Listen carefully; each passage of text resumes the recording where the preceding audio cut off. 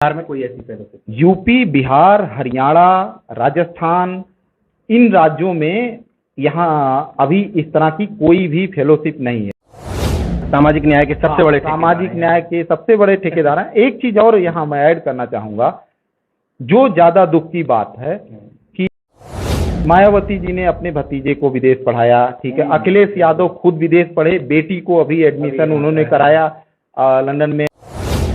लेकिन ये सारे नेता जो चीफ मिनिस्टर रहे, ये रहे, इन लोगों ने कभी ये दिमाग में इनके बात नहीं आई कि 10-15 फेलोशिप ये भी शुरू करा दिया जाए। कोई नहीं जाएगा भाई, आपके कार्यकर्ता का ही बच्चा चला जाएगा, कोई भी जाए, हमें उससे कोई मतलब नहीं है।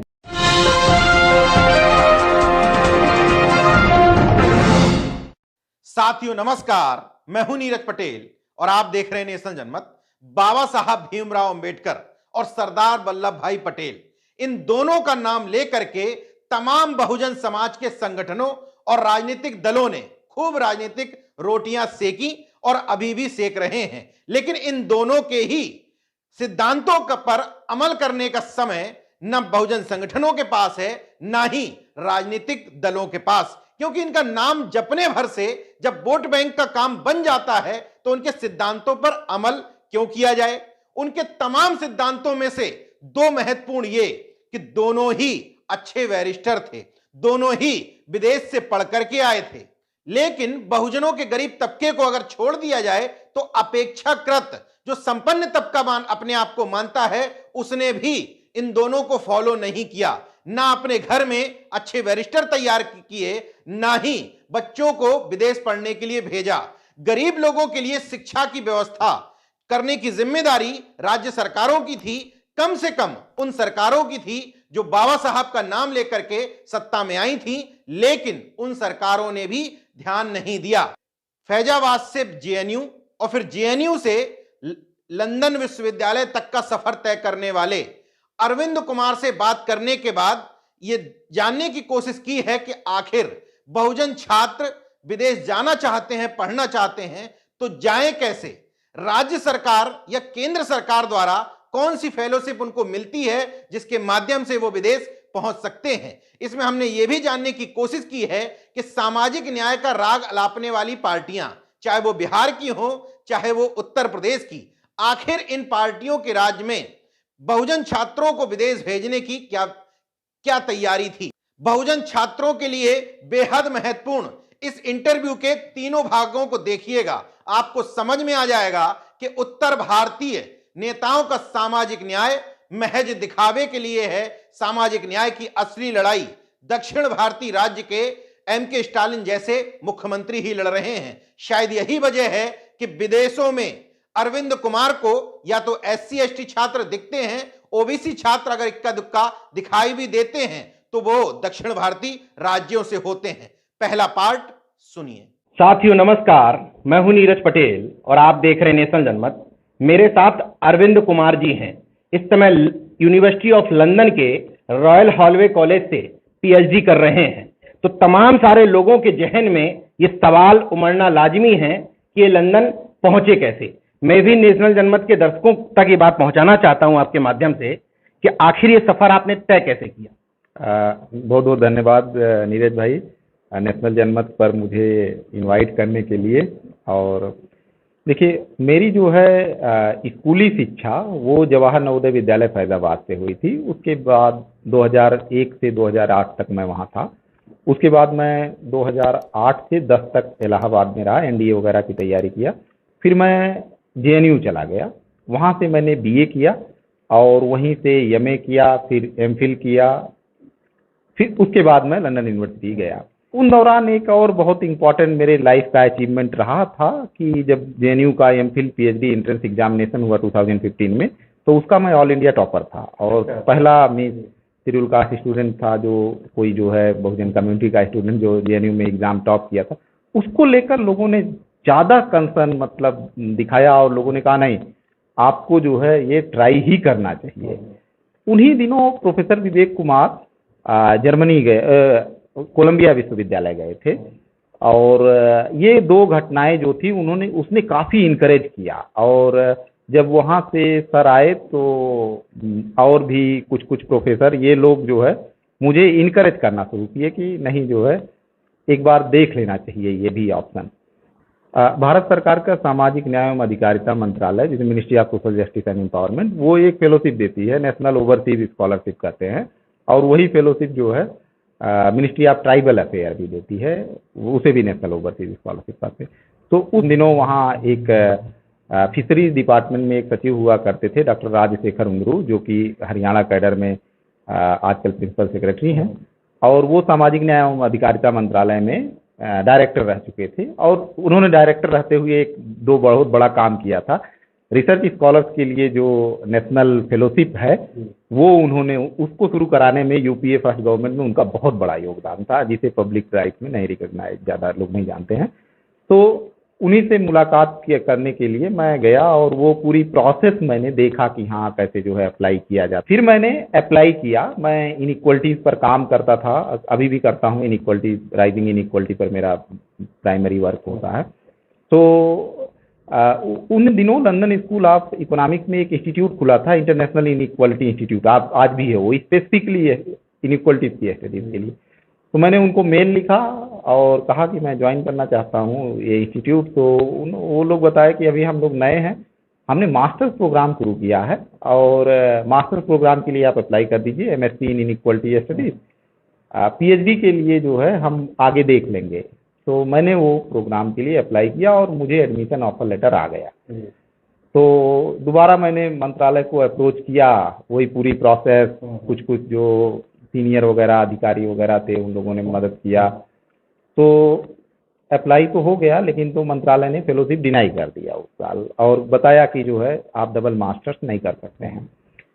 तो फिर मैंने जो है एलएससी में ही कॉन्टैक्ट डेवलप किया और वहाँ एक प्रोफेसर थे जोनाथन हॉपकिन, उन्होंने मुझे एग्री किया, कहा कि आपका रिसर्च प्रपोजल बहुत अच्छा है और आप अप्लाई करिए। मैंने अप्लाई किया, पता नहीं कुछ दिक्कत हुई जो है वो भी जो है सिलेक्शन नहीं हुआ, जो कि बहुत रेयर ऐसा होता है कि जब वहाँ कोई कह दे सुपरवाइजर तो आपका सिलेक्शन हो जाता है, लेकिन वो दुर्भाग्य ही रहा। तो बट जब मैंने अप्लाई किया था तब भी मैंने चूँकि वो उनका लेटर वगैरह था तो उसी बेसिस पर मैंने मिनिस्ट्री की फेलोशिप अप्लाई किया था और मिनिस्ट्री ने हमें फेलोशिप दे दिया 2018, जून 2018 में। उसके बाद फिर मैंने जो है, चूँकि तब तक एडमिशन बंद हो चुके थे, कुछ कुछ जगह और ट्राई किया और फाइनली जो है रॉयल हॉलवे में एक प्रोफेसर हैं ओलिवर हीथ, जो कि इंडिया और ब्रिटिश पॉलिटिक्स, इंडियन पॉलिटिक्स और इटालियन पॉलिटिक्स पर वर्क करते हैं। तो उन्होंने मुझे एग्री किया सुपरवाइज करने के लिए और मैं जनवरी 2019 में जाके यूनिवर्सिटी ज्वाइन कर लिया जी। तो कितनी फेलोशिप देते हैं, वो पर्याप्त होती है क्या, या कितने स्टूडेंट्स को मिलती है? देखिए, जो भारत सरकार की नेशनल ओवरसीज फेलोशिप है वो 100 स्टूडेंट्स को देते हैं।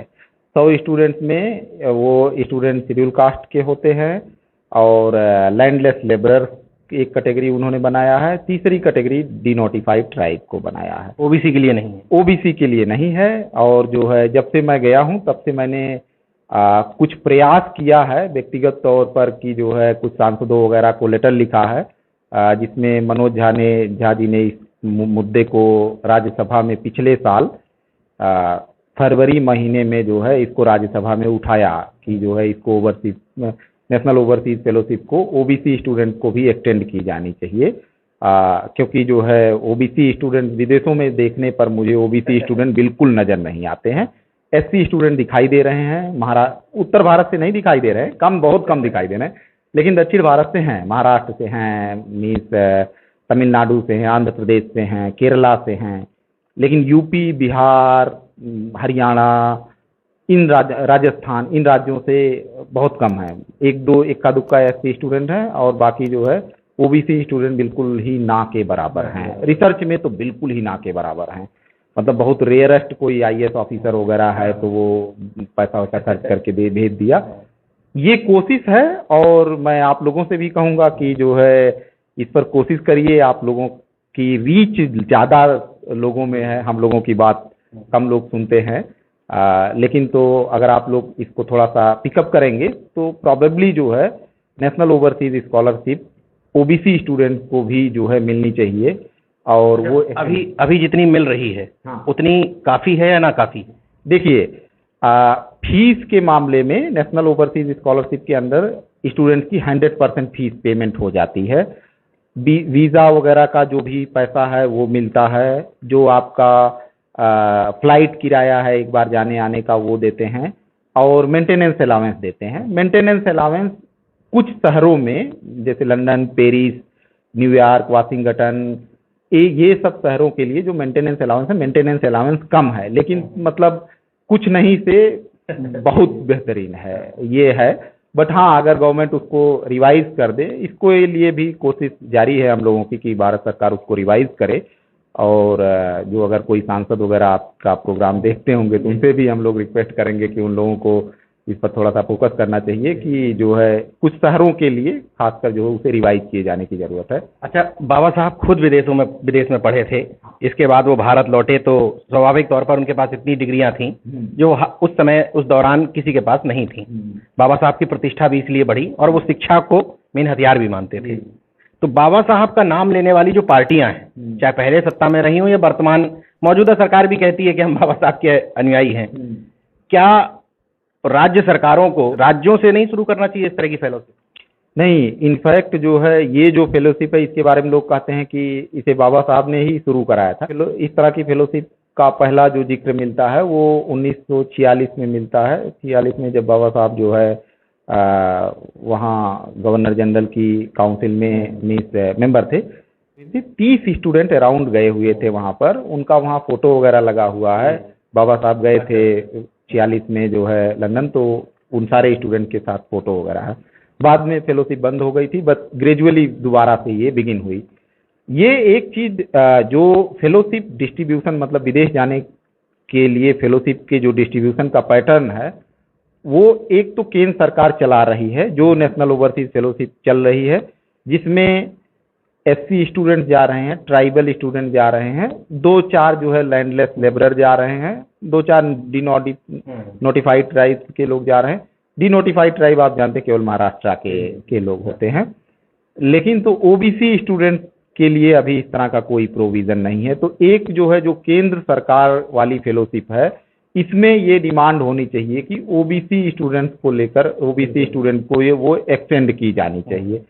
100 फेलोशिप बहुत ही कम होती है। ये संख्या जो है 85% हम लोगों की आबादी है पूरे देश की, उसमें जो है 100 फेलोशिप, उसको जो है कम से कम 200-300 फेलोशिप होनी चाहिए, और जिसमें जो है ये बढ़ाया जाना चाहिए। दूसरी बात ये है कि दूसरा मामला है राज्य सरकारों का। इसमें जो है उत्तर भारतीय राज्य और दक्षिण भारतीय राज्यों के बीच में एक क्लियर कट डिवीजन है। दक्षिण भारत के राज्य, महाराष्ट्र गवर्नमेंट अपनी राज्य सरकार की फेलोशिप है, उसकी 100 स्टूडेंट जाते हैं। गुजरात की फेलोशिप महाराजा शाहजी राव गायकवाड़ ने पहले वो काम शुरू किया था, साहू जी महाराज ने शुरू किया था, तो उसको जो है गुजरात गवर्नमेंट में भी अभी वो अलग फॉर्म में कंटिन्यूड है। वहाँ जो है सीधा फेलोशिप नहीं मिलती है, लोन मिलता है, इंटरेस्ट फ्री लोन मिलता है। तो लेकिन तो महाराष्ट्र गवर्नमेंट फेलोशिप देती है, मध्य प्रदेश गवर्नमेंट ने फेलोशिप शुरू किया है, छत्तीसगढ़ सरकार ने, झारखंड गवर्नमेंट ने, हेमंत सोरेन की गवर्नमेंट ने अभी ये चीज दोबारा से शुरू किया है वहां पर। आंध्र प्रदेश में भी इस तरह का प्रोविजन है, मुझे लगता है तेलंगाना में भी है, और केरल वगैरह में है। दिल्ली गवर्नमेंट ने फेलोशिप अभी लॉन्च तो किया है, लेकिन उसकी डिजाइन इस तरह की गई है कि वो किसी को मिल नहीं सकती, उससे 1-2 भी स्टूडेंट जा नहीं सकता। उनका डिजाइन डिडोरा तो बहुत पीटा है। डिडोरा मतलब मुझे लगता है कि जितना उन्होंने उस पर अभी 1-2 स्टूडेंट को भेजा नहीं है, उससे ज्यादा उन्होंने एडवर्टीजमेंट लगा दिया है दिल्ली में। मतलब उसकी डिजाइन चाहे ब्यूरोक्रेसी ने ऐसी बनाई हो, चाहे जो है सरकार ने बनवाया हो, कुल मिला के उस फेलोशिप से कोई स्टूडेंट पढ़ने नहीं जा सकता। ये यूपी बिहार में कोई ऐसी फेलोशिप? यूपी, बिहार, हरियाणा, राजस्थान, इन राज्यों में यहाँ अभी इस तरह की कोई भी फेलोशिप नहीं है। मैं जो है सामाजिक न्याय के सबसे बड़े सामाजिक न्याय के सबसे बड़े ठेकेदार हैं। एक चीज और यहाँ मैं ऐड करना चाहूंगा, जो ज्यादा दुख की बात है कि मायावती जी ने अपने भतीजे को विदेश पढ़ाया, ठीक है, अखिलेश यादव खुद विदेश पढ़े, बेटी को अभी एडमिशन उन्होंने कराया लंदन में, और जो है मतलब नेशनल मीडिया में इस बात को बताया। बिहार में भी यही हालत है कि जो है नेता लोग अपने बच्चों को विदेश पढ़ा रहे हैं। लेकिन ये सारे नेता जो चीफ मिनिस्टर रहे, ये रहे, इन लोगों ने कभी ये दिमाग में इनके बात नहीं आई कि 10-15 फेलोशिप ये भी शुरू करा दिया जाए। कोई नहीं जाएगा भाई, आपके कार्यकर्ता का ही बच्चा चला जाएगा, कोई भी जाए, हमें उससे कोई मतलब नहीं है कि, लेकिन प्रोविजन तो होना चाहिए कम से कम, क्योंकि उससे जो है बहुत चीजें बदलती हैं। मीन्स आज की डेट में केवल आप ये समझ लीजिए कि ब्रिटिश सरकार जो है स्टूडेंट को 1 साल का, अगर आप पढ़ने 1 साल का मास्टर्स वहाँ होता है, एमए एमएससी प्रोग्राम, 1 साल का कोर्स अगर करने जाते हैं 3 साल का वर्क परमिट वीजा दे रही है।